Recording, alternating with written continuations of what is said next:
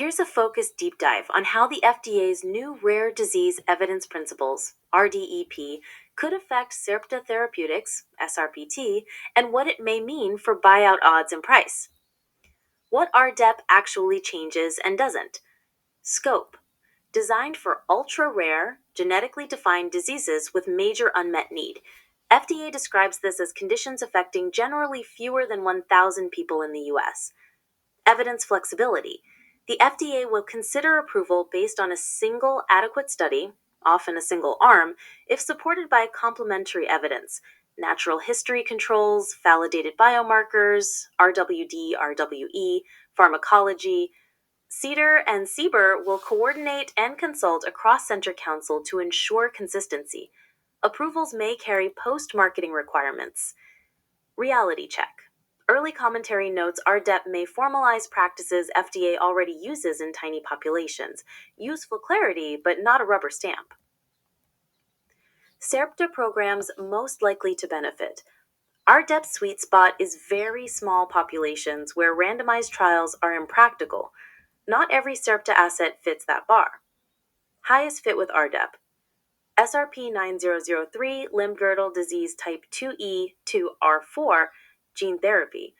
LGDM 2E is extremely rare, estimates on the order of approximately 1 per million, and Sarepta's development has already leaned on natural history comparators, exactly the kind of design RDEP highlights. This is the clearest Sarepta candidate to leverage RDEP for an efficient BLA, subject to FDA agreement on endpoints and totality of evidence. Moderate or uncertain fit. Duchenne type DMD and Elevidys gene therapy and exon skipping drugs. Duchenne is rare but not ultra rare. The US population is several thousand. However, certain mutation subcohorts can be very small. RDEP could still be relevant for niche label add-ons where randomized studies are infeasible, but DMD broadly is outside the less than 1,000 patient spirit. Inference based on RDEP scope, FDA pages do not list specific diseases. siRNA RNA programs, FSHD and DM1.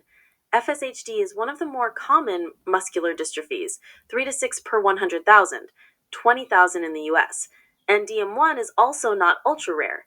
These are unlikely to qualify for the ultra-rare emphasis of RDEP, though elements like external controls, RWE, could still inform discussions. Why this matters for SRPT's M&A narrative. 1. Faster, cheaper paths for ultra-rare assets equals incremental, defendable revenue. If SRP 9003 can move on a single-armed plus robust external control package under RDEP, time to market and capital needs fall, making the asset more attractive to acquirers that value near-term, low-competition niches. This fits Big Pharma's string of pearls approach, a portfolio of smaller, durable indications with pricing power. RDEP mechanics from FDA, strategic implications are inference. 2. Regulatory clarity de-risks diligence. For buyers, RDEP reduces ambiguity about what evidence FDA will accept in tiny populations, tightening confidence intervals in deal models, peak share, probability of success, post-marketing burden. 3. Portfolio synergy with existing DMD franchise. Even if DMD isn't an RDEP prototype disease, FDA's explicit comfort with external controls and layered evidence in ultra-rare settings strengthens arguments Sarepta already uses across neuromuscular programs, like the long-running natural history datasets out of Nationwide Children's. That playbook is familiar to regulators. 4. Counterpoint for acquirers. Some analysts see RDEP as codifying status quo, not expanding it, so buyers may assign only modest uplift to probability of approval and timelines. Expect tougher negotiation on CVRs or milestone structures tied to regulatory outcomes. Potential acquirer lens. Strategic fit. Roche, Novartis, Pfizer, and Vertex, and other neuromuscular gene therapy players value manufacturing know-how and rare disease commercial infra. Sarepta brings both. Diligence focus under RDEP. Strength and quality of external controls and natural history data, selection bias and endpoint harmonization. Surrogate endpoint validation and commitment to post-marketing confirmatory work. manufacturing comparability for AAV gene therapy during scale-up. How it flows into a buyout model. Qualitative, probability of approval, POS. Modest bump for ultra-rare assets like SRP-9003 if evidence package aligns with RDEP. Timelines, potential pull forward of BLA by 6 to 12 months versus a 2-trial path. Capital needs, fewer or lighter trials lower cash burn, making SRPT more digestible and reducing the need for acquirer bridge financing. Valuation leverage, clearer regulatory runway supports higher multiple on LGDM2E and any other qualifying sub-indications. DMD core value largely unchanged by RDEP alone.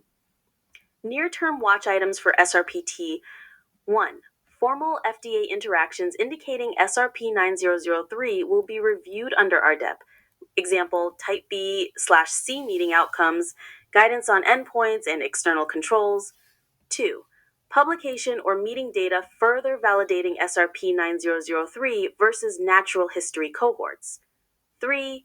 RDEP implementation cadence, FDA workshops or hub updates, any first mover key studies. Bottom line for buyout prospects. Positive, RDEP raises the strategic value of Sarepta's ultra-rare pipeline, especially SRP-9003, sharpening the M&A case by improving POS, compressing timelines, and reducing spend. Temperance, not a universal accelerator. DMD, FSHD, and DM1 are not ultra-rare, so core valuation drivers there are mostly unchanged. And some experts view RDEP as mostly clarity, not leniency. Net effect, incremental to moderately accretive for a buyer's model, strengthening the argument for a takeout, especially if SRP-9003 receives explicit RDEP alignment.